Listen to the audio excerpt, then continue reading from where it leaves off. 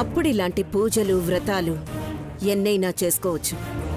అంతవరకు ఇలాంటివేవీ చెయ్యకపోవడమే నీకు మంచిది, నాకు మంచిది.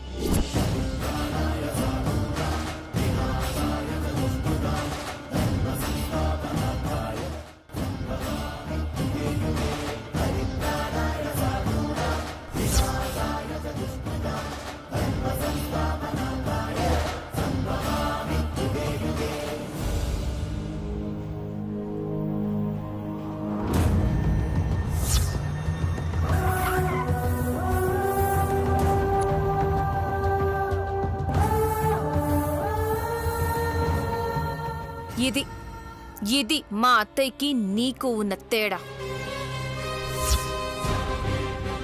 ఆవిడిచ్చిన మాట ఆవిడ నిలబెట్టుకుంది. నువ్వు కూడా అదే మాట కట్టుబడి మా మావయ్యని న్యాయంగా పెళ్లి చేసుకున్నావని నిరూపించబడిన రోజున నీ ఇష్టం. కానీ అంతవరకు పిచ్చి పిచ్చి వేషాలు వేశావో రామాన్సే.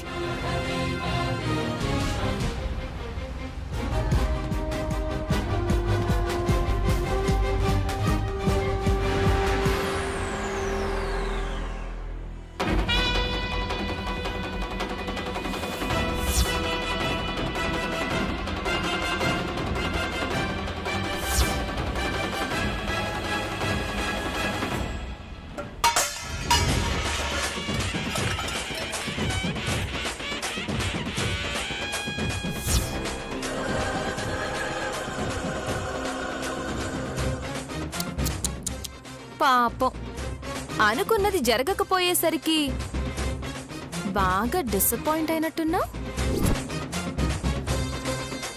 ఇదంతా నువ్వు ఏ ఉద్దేశంతో చేస్తున్నావో నాకు తెలుసు కనుకో. కానీ నేనుండగా మా అత్తని కాదు కదా, ఆవిడ నీడని కూడా తాకలేవు.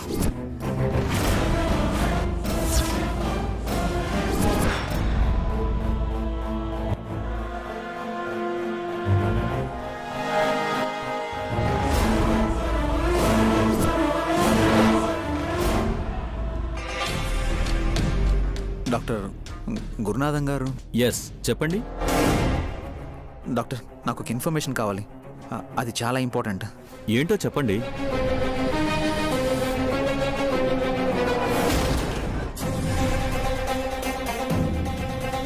ఈవిడ మీకు తెలుసా?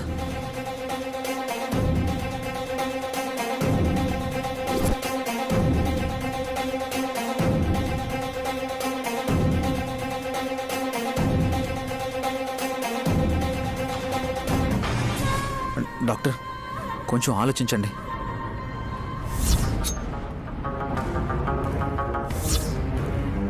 గుర్తు తెచ్చుకోండి డాక్టర్. పెళ్లి చేసుకుని వెళ్తుంటే కార్ యాక్సిడెంట్ జరిగి గుర్తొచ్చింది. పాపం అప్పుడే పెళ్లి చేసుకుని ఇంటికి తిరిగి వెళ్తుంటే ఇంతలో ఒక కార్ యాక్సిడెంట్ అయింది. ఓకే. ఈమె భర్తతో పాటు పెద్దమ్మ పెద్దయ్య అనుకుంటా వాళ్ళు స్పాట్లోనే చనిపోయారు. భర్త మాత్రం ఒకరోజు హాస్పిటల్లో ఉండి తర్వాత చనిపోయారు. అప్పుడు ఆమె కూడా చనిపోతానంటే తప్పని పరిస్థితిలో యాక్సిడెంట్ చేసిన ఆయనే ఆమెను పెళ్లి చేసుకోవాల్సి వచ్చింది. డాక్టర్, మీరు చెప్పేదంతా నిజమేనా? ఆవిడంత కరెక్ట్ పర్సన్ కాదు. అతన్ని పెళ్లి చేసుకోవడం కోసమే ఏదో మేనేజ్ చేసిందేమో అనిపిస్తుంది నాకు. బాగా గుర్తెచ్చుకోండి డాక్టర్. మీకు అనుమానం కలిగించే విధంగా ఏమైనా జరిగిందా? లేదు, అసలు అలాంటిదేం జరగలేదు. అయినా మీకెవరో ఆవిడ గురించి రాంగ్ ఇన్ఫర్మేషన్ ఇచ్చినట్టున్నారు.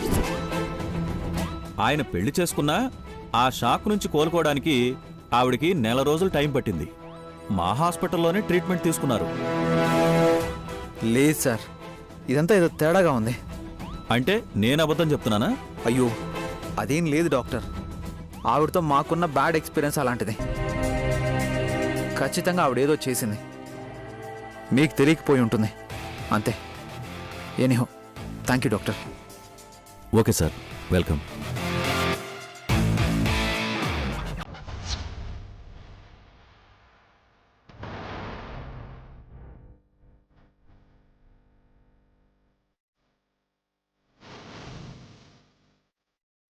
చెప్పు డాక్టరు.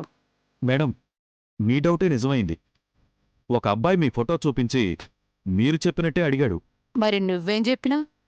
ఆ, మీరు చెప్పమన్నట్టే చెప్పాను మేడం. గిట్లనే ఎవ్వరొచ్చి అడిగినా గిదేమొచ్చడు చెప్పు. గిప్పుడే 5 లక్షలు నీ అకౌంట్ పంపిస్తా. అలాగే మేడం, నేను చూసుకుంటాను. మీరేం కంగారు పడక్కర్లేదు.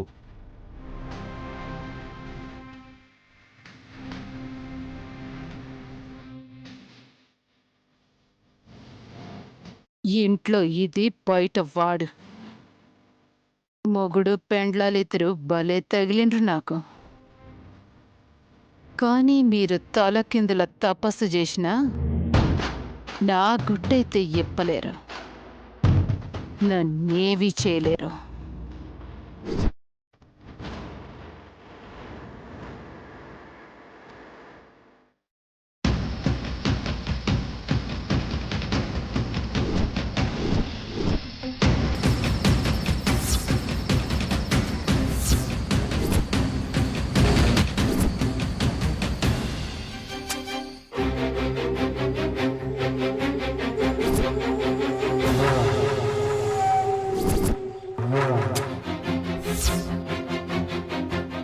మళ్ళీ వాళ్ళ అమ్మా నాన్న మాత్రమే ఉన్నారు.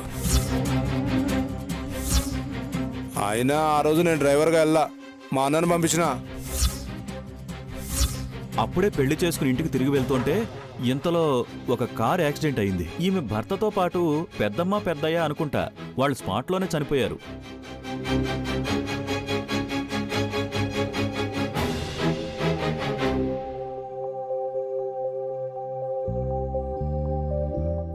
మధుగారు, ఏంటండి బయట ఇక్కడ కూర్చొని ఆలోచిస్తున్నారు? ఏముంది మృదుల ఆలోచించడానికి? మన తలరాత ఇలా అయిందేంటా అని ఆలోచిస్తున్నా. అమ్మ పరిస్థితి చూస్తే అలా ఉంది. మనం ఉండాల్సిన చోట్లో పరాయి వాళ్ళలా ఉండాల్సి వచ్చింది. ఇంతకన్నా దారుణం ఇంకేముంటుంది? పరాయి వాళ్ళలా ఉండడం ఏంటి మధుగారు? అది మీ మేనత్తిల్లు, నేను పెరిగినిల్లు. కానీ ఇప్పుడు మనది కాదు కదా. అలా ఎందుకు అనుకుంటున్నారు? మనది కాబట్టే, మనకుండే హక్కు ఉంది కాబట్టే ఇంత జరిగినా ఇక్కడికొచ్చామేమో. ఎక్కడ పోగొట్టుకున్నామో అక్కడే వెతుక్కునే అవకాశం వచ్చిందని ఎందుకు అనుకోవట్లేదు? ఎలాంటి పరిస్థితుల్లోనైనా నీలా పాజిటివ్గా ఆలోచించడం నా వల్ల కావడం లేదు మృదుల. అమ్మ పరిస్థితి చూస్తుంటే ఇంకా భయం ఎక్కువైపోతుంది. అసలు మనకే ఎందుకు ఇలా జరుగుతుంది? అసలేం తప్పు చేసాం? హలో శ్రీవారు, ఆగండి ఆగండి. ఇలాగే వదిలితే ఇంకా వైరాగ్యంలోకి వెళ్ళిపోయేలా ఉన్నారు. అసలు ఇప్పుడు ఏమైందని మీరు బాధపడుతున్నారు? జరగాల్సింది ఎప్పుడో జరిగిపోయింది. అత్తయ్యకి ఎప్పుడు తెలుస్తుందా అని, ఏమైపోతుందా అని ఇన్నాళ్ళు ప్రతి క్షణం భయపడుతూ ఉన్నాం. ఇప్పుడు ఆ భయం కాస్త పోయింది. ఇక అత్తయ్య పరిస్థితి అంటారా? ఎప్పుడు తెలిసినా ఇదే జరిగేది. అత్తయ్యని అలా చూస్తూ తట్టుకోవడం కష్టమే. అలా అని మనం అత్తయ్యలా కుమిలిపోతే సమస్య పరిష్కారం అవుతుందా మధుగారు? ఆనాడు సీతను రావణాసురుడు ఎత్తికెళ్ళాడు. ఈనాడు రాముణ్ణి శూర్పణకెత్తికెళ్ళిందే. ఆనాటి రామాయణానికి మనింటి రామాయణానికి అదొక్కటే తేడా. అప్పుడు సీతారాములు కలవకుండా ఎవ్వరూ ఎలా ఆపలేకపోయారో ఇప్పుడు అత్తయ్య మావయ్యలు కలవకుండా కూడా ఎవ్వరూ ఆపలేరు. అర్థమవుతుందా?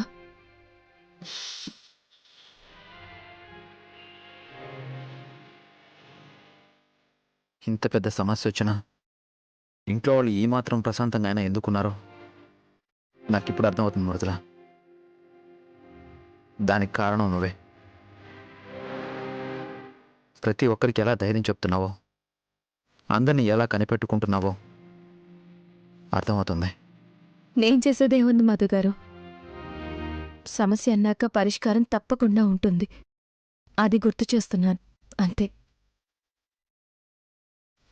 మన సమస్యకి పరిష్కారం ఒక్కటే మధుగారు. కనకం చేస్తున్నది తప్పు అని సాక్ష్యాలతో నిరూపించడమే. అందరం విడిపోతున్నప్పుడు మావయ్య ఒక మాట అన్నారు, గుర్తుందా?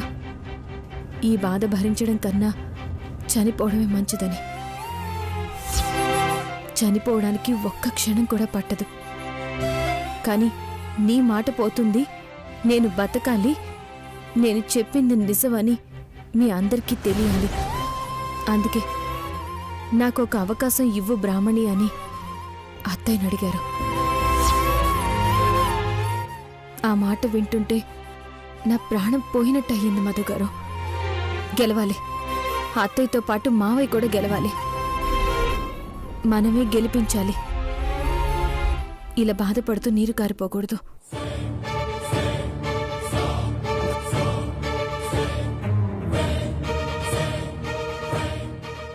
గెలుస్తాం మృదుల. ఎలాగైనా ఈ కనకం గుట్టు మొత్తం బయటపడేలా చేద్దాం.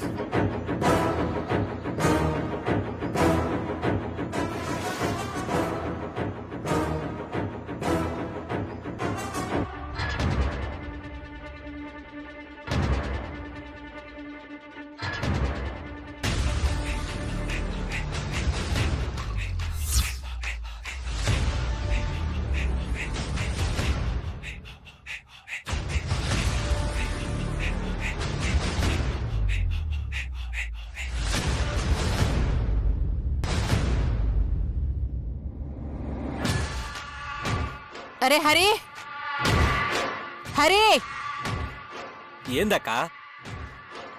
గీ న్యూస్ ఎందుకు చదవరా, మరికేదో పనికొచ్చేటట్టుంది.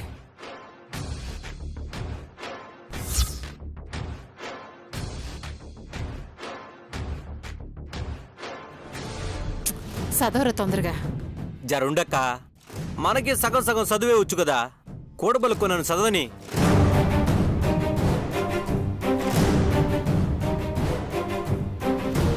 బ్రాహ్మణి ఆస్తుల్లో చీలిక. అక్క,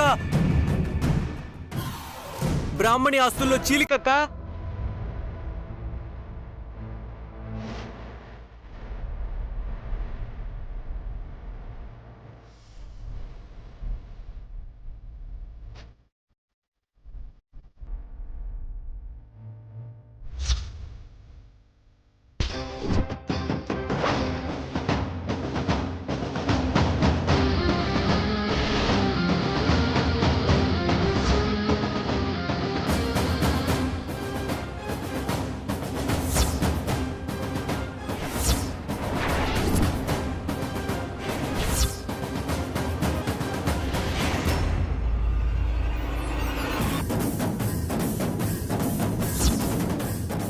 ఏ మృదుల, చక్కగానే రాసిండ్రు కదా.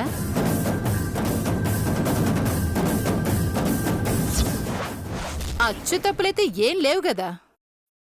ఎవరికే వాస్తి చెందాలో అని చక్కగా రాసిండ్రు కదా.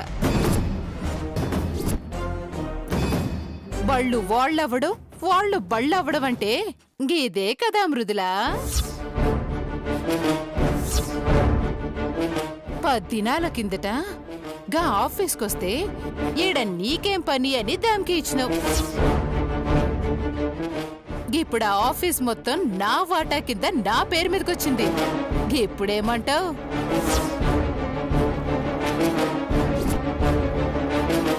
కనకం, ప్రతి విషయానికి ఇంత హడావిడి చేయడం అవసరమా? నీకు కావాల్సింది ఆస్తిలో వాటా వచ్చింది కదా, ఇంకా ఎందుకు డిస్కషన్?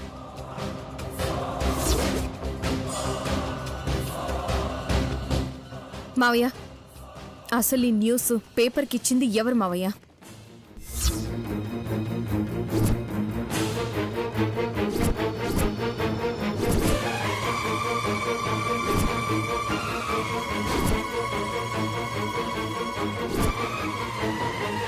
ఏంది మృదుల అంటే గా వార్త మేమే ఇచ్చినామని మా మీద డౌట్ పడుతున్నావా ఏంది? నాకంత అవసరమేంది? లోకమంతా కోడే కూస్తుంది.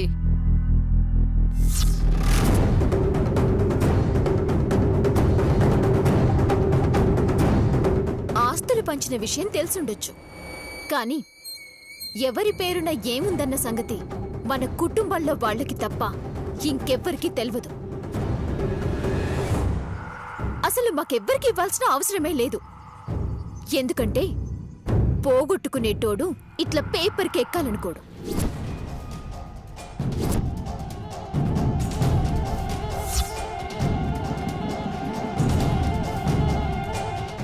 కరెక్ట్ మానసి. ఇదిగో ఇలా అర్హత లేకుండా అందలం ఎక్కాలనుకునే వాళ్లే పేపర్లో ఎక్కాలని బజార్న పడాలని చూస్తారు.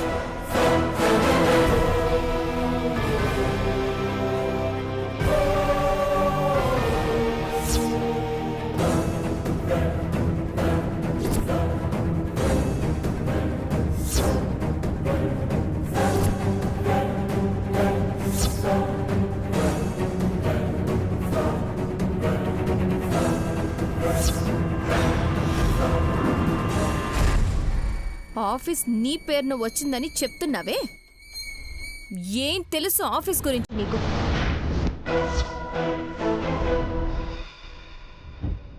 ఆఫీస్ అంటే కుర్చీలో కూర్చుని కాలు మీద కాలేసుకుని తిప్పడం అనుకున్నావా?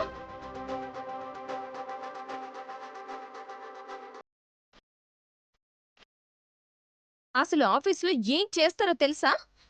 పోనీ ఇంత ఆస్తి నీ పేరున వచ్చిందంటున్నావు కదా, 1 కోటి పక్కన ఎన్ని సున్నాలుంటాయో తెలుసా? కొన్ని షేర్లు కూడా నీ పేరునొచ్చాయి. సెన్సెక్స్ అంటే ఏంటో తెలుసా నీకు? ఏది ఎప్పుడు అమ్మాలో ఎప్పుడు కొనాలో తెలుసా? అసలు డాలర్ వాల్యూ తెలుసా?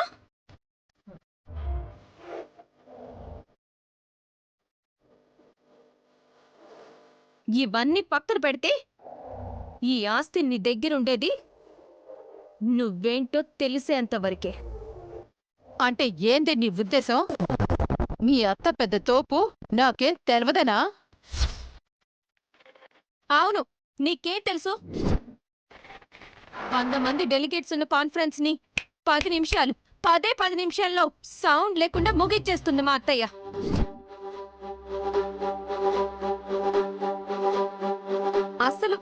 అసలు నీకు డెలిగేట్స్ అంటే ఏంటో తెలుసా? కనీసం కాన్ఫరెన్స్ అంటే ఏంటో తెలుసా నీకు? అసలు మా అత్తయ్యతో నీకు పోలికేంటి?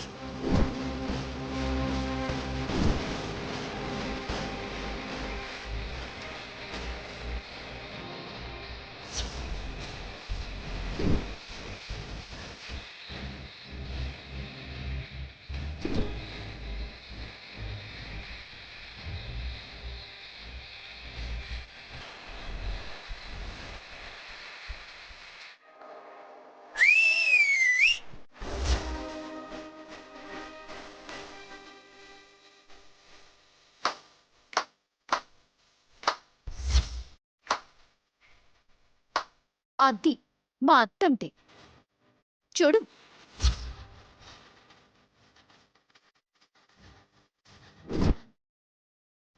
ఆ టీవీ, ఆ రాజసం ఎట్లాంటి పరిస్థితిలోనైనా మహారాణి లెక్కుంటది.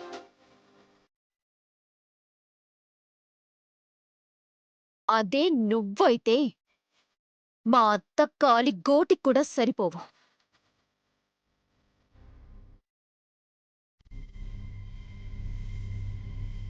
ఏయ్, మీ ఇష్టం, ఏమన్నా అనుకోండి.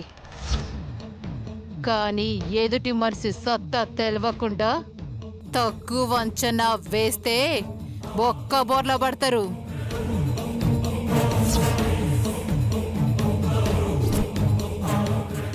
మీ ఆస్తులు మీ చేతిలోకెళ్ళి నా చేతిలోకి వస్తాయని ఊహించిండ్రా?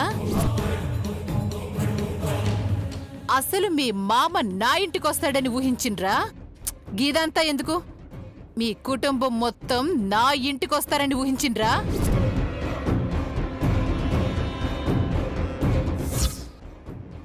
మీరు ఊహించనివి చాలానే జరుగుతున్నాయి మృదులా. ఏమో, రేపు నేనే నువ్వు చెప్పిన బిజినెస్ని, రాజ్యాన్ని ఏల్తనేమో.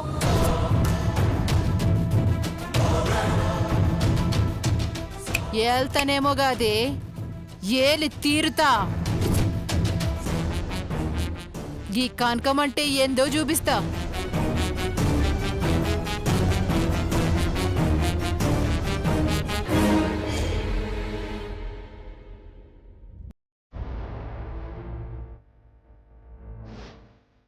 ఏం చేద్దామన్నా తిరిగి నాకే ధమ్కి ఇస్తున్నారు. వాళ్ళని ఏదో ఒకటి చెయ్యాలి. ఈ ఇంట్లోకెళ్ళి పారిపోయేలా చేయాలి.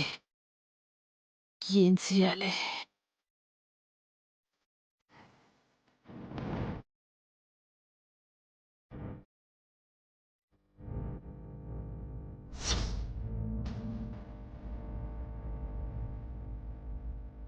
అక్క, ఏంది? నువ్వు అనుకున్నట్టే పెద్దయిన నీతో వచ్చిండు కదా, వాళ్ళతో ఇంకా లొల్లేందక్క. గా పెద్ద మనిషి ఒక్కడే వచ్చుంటే బాధే లేదే, కానీ గా ముందనంతా వేసుకొచ్చిండు కదా, వాళ్ళతో చాలా జాగ్రత్తగా ఉండాలి. గా మృదులైతే ఇంకా డేంజర్. గీ పెద్ద మనిషిని పంపించినట్టే పంపించి మళ్ళా తీసుకుపోద్ది.